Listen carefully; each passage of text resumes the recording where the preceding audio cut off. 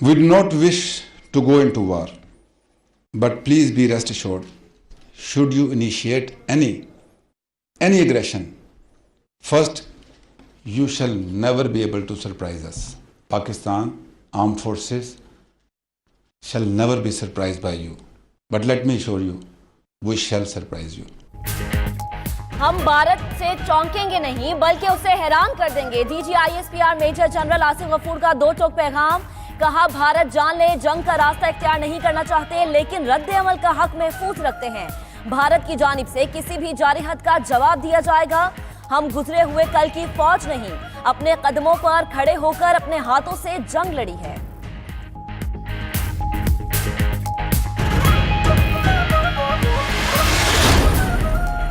पुलवामा हमले के बाद भारत ने बगैर सोचे समझे इल्जामात लगाए। पाकिस्तान ने अपने तौर पर तहकीकात की और फिर वज़ीर-ए-आज़म ने जवाब दिया।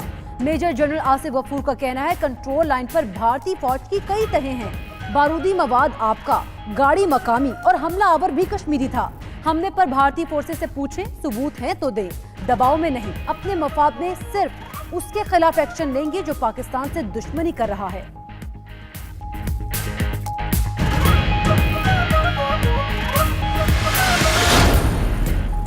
अमन चाहते हो तो कुलभूषण को पाकिस्तान ना भेजो। पाकिस्तान अमन पसंद मुल्क है, भारत भी अमन की राह अपनाए। मेजर जनरल आसिफ गफूर का कहना है, जमहूरी मुल्कों में जंग नहीं होती, इंसानियत से दुश्मनी ना करें।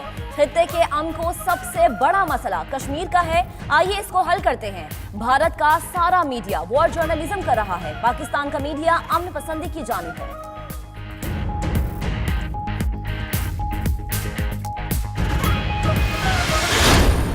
Any aggression, we shall defend every inch of our motherland at all cost, to last bullet and to our last breath. आखिरी गोली और आखिरी सांस तक दिफाए वतन के लिए सीना सपर रहेंगे। मादरे वतन के एक एक इंच का दिफा अपने खून से करेंगे। किसी भी जारहियत का भरपूर जवाब दिया जाएगा। DGISPR की प्रेस ब्रीफिंग में मुसल्लह अफवाज के सरबराहों का पैगाम।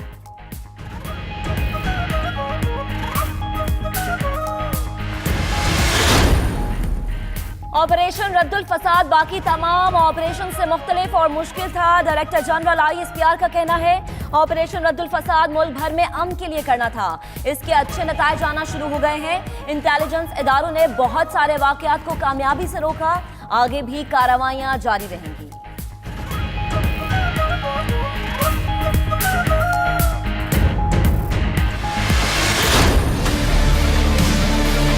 एक इंक्वायरी जनरल असद दुरानी के बारे में आपको पता है कि हो रही थी। एसेंशली वो इंक्वायरी जो ऑर्डर हुई थी वो violation of military code of conduct के ऊपर थी। इंक्वायरी ने यह कंक्लूड किया कि general Asad Durrani has been found guilty of violating the military code of conduct.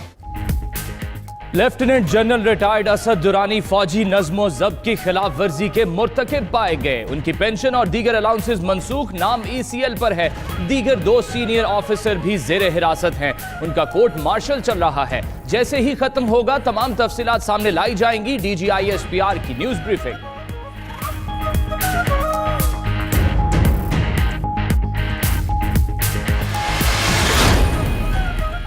जितना मर्जी शोर मचा ले, हमने एक एक का एहतसाब करना है। वज़ीर-ए-आज़म इमरान खान का फिर 2 टोक ऐलान। कहा, जो बड़ा डाकू पकड़ा जाता है वो नेल्सन मंडेला बन जाता है। ताकतवर डाकू को पकड़े तो सारे डाकू इकट्ठे हो जाते हैं कि जमहूरियत को खतरा है।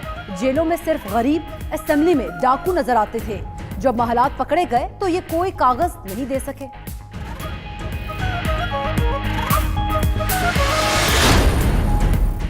नवाज शरीफ के बैरून मुल्क इलाज पर अवाम के 28 करोड़ रुपए खर्च हुए। वजीर आजम का कहना है, शहबाज शरीफ, हमजा, इसहाक डार और दीगर लोग भी इलाज के लिए बाहर जाते हैं। सरकारी अस्पतालों का बुरा हाल है। कुछ लोग अपने मफाद के लिए इस्लाहात के मुखालिफ हैं। इस्लामी नजरिए पर वापस ना आए तो पाकिस्तान नहीं रहेगा। वजीर आजम की उस्मान बुज़दार की फिर हौसला अफजाई।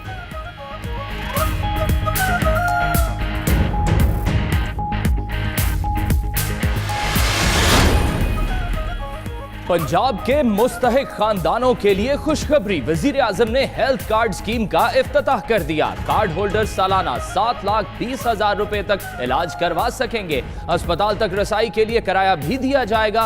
राजनपुर में इफ्तिताही तकरीब में उस्मान बुजदार, शाह महमूद कुरैशी, यास्मीन राशिद, जाफर लागारी, नसरुल्लाह दरेशक और दीगर शख्सियात ने भी शिरकत की।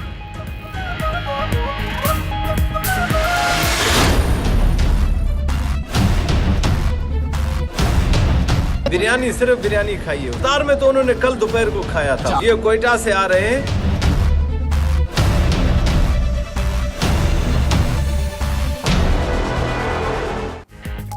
कराची में जहरीले खाने ने 5 मासूमों की जिंदगियों को निगल लिया।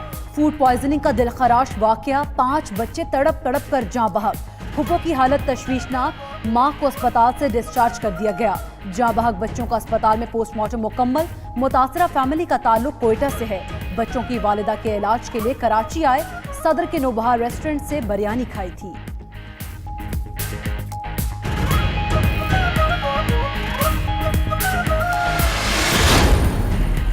सिंध फूड अथॉरिटी का एक्शन, नौबहार रेस्टोरेंट और होटल का कमरा सील कर दिया गया। देगो से बिरयानी के नमूने लेकर टेस्ट के लिए भेज दिए। डीजी फूड अथॉरिटी अमजद लगारी का कहना है होटल के मुलाजमीन समेत 18 अफराद ज़ेरे तफ्तीश हैं। किचन में एग्जॉस्ट सिस्टम नहीं, खुले सीवरेज लाइन भी साथ ही है।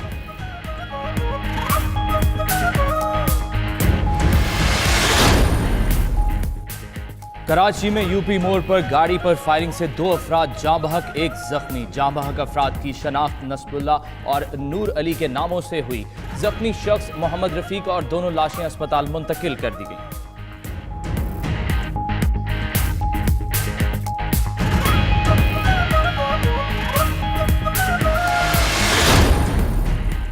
कलात में कौमी शाहराह पर ट्रेलर की कार को टक्कर, हादसे में 5 अफराद जाँ बहक, 1 शदीद जख्मी हो गया।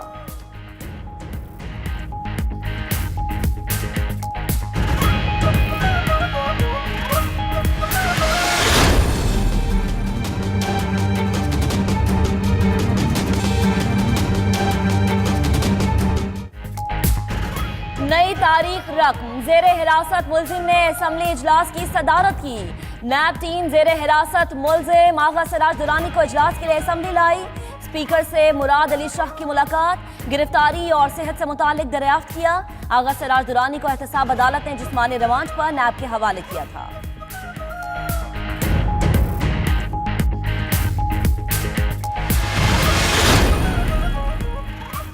पीपल्स पार्टी के बड़ों का नैब से गिरफ्तारियों का खौफ, हिफाजती जमानत लेने लगे। साबिक वफाकी वजीर एजाज हुसैन जाखरानी ने सिंध हाई कोर्ट से उबूरी जमानत ले ली। रुकने सूबाई असम्बली अब्दुल रज़ाक राजा की भी जमानत कबल गिरफ्तारी मंजूर। उधर अदालत ने साबिक वजीर बल्दियात सिंध जाम खान शोरो के खिलाफ नैब को मजीद कार्रवाई से रोक दिया।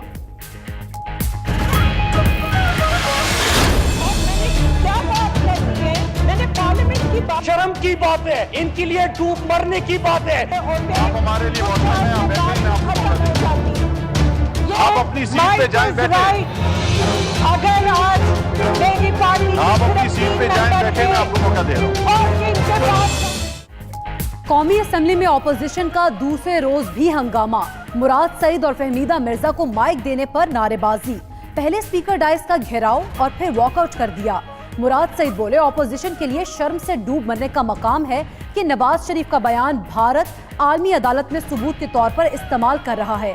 फहमीदा मिर्जा ने कहा जमहूरियत भी चलेगी और एहतसाब भी चलेगा। सबको बताएंगी सिंध कार्ड खेलने वालों को निशिस्तें कैसे मिली।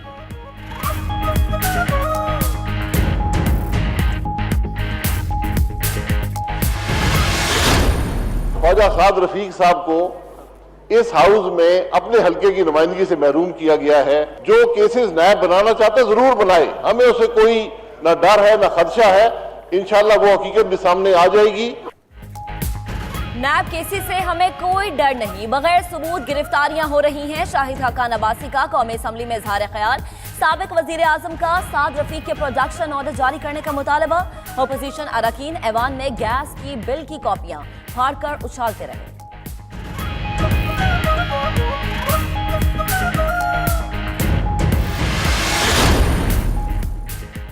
नवाज शरीफ को तिब्बी बुनियादों पर रिहाई मिलेगी या नहीं? अल अजीजिया रेफरेंस में सजा मुअत्तली की दरख्वास्त पर फैसला पीर को सुनाया जाएगा। इस्लामाबाद हाई कोर्ट का 2 रुकनी बेंच 25 फरवरी दिन 12 बजे फैसला सुनाएगा। एहतसाब अदालत ने नवाज शरीफ को 7 साल कैद की सजा सुनाई थी।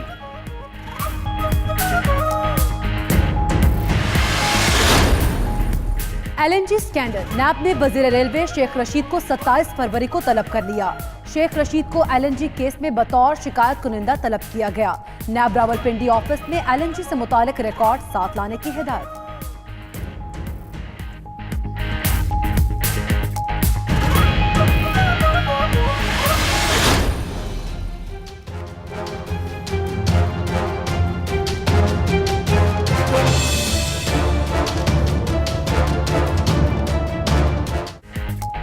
भारत को सिफारती महाज पर एक और शिकस्त फाश। पुलवामा वाक़े पर पाकिस्तान मुखालिफ साजिशें नाकाम। सलामती काउंसिल के मुजम्मती बयान में पाकिस्तान का नाम डलवाने का हर हथकंडा फ्लॉप हो गया। 6 रोज तक लॉबिंग और गैर मुल्की सफीरों को ब्रीफिंग भी किसी काम ना आई। भारत की सबूत के बजाय इल्जामात की पॉलिसी को अक़वाम मुत्तहिदा ने भी रद्द कर दिया।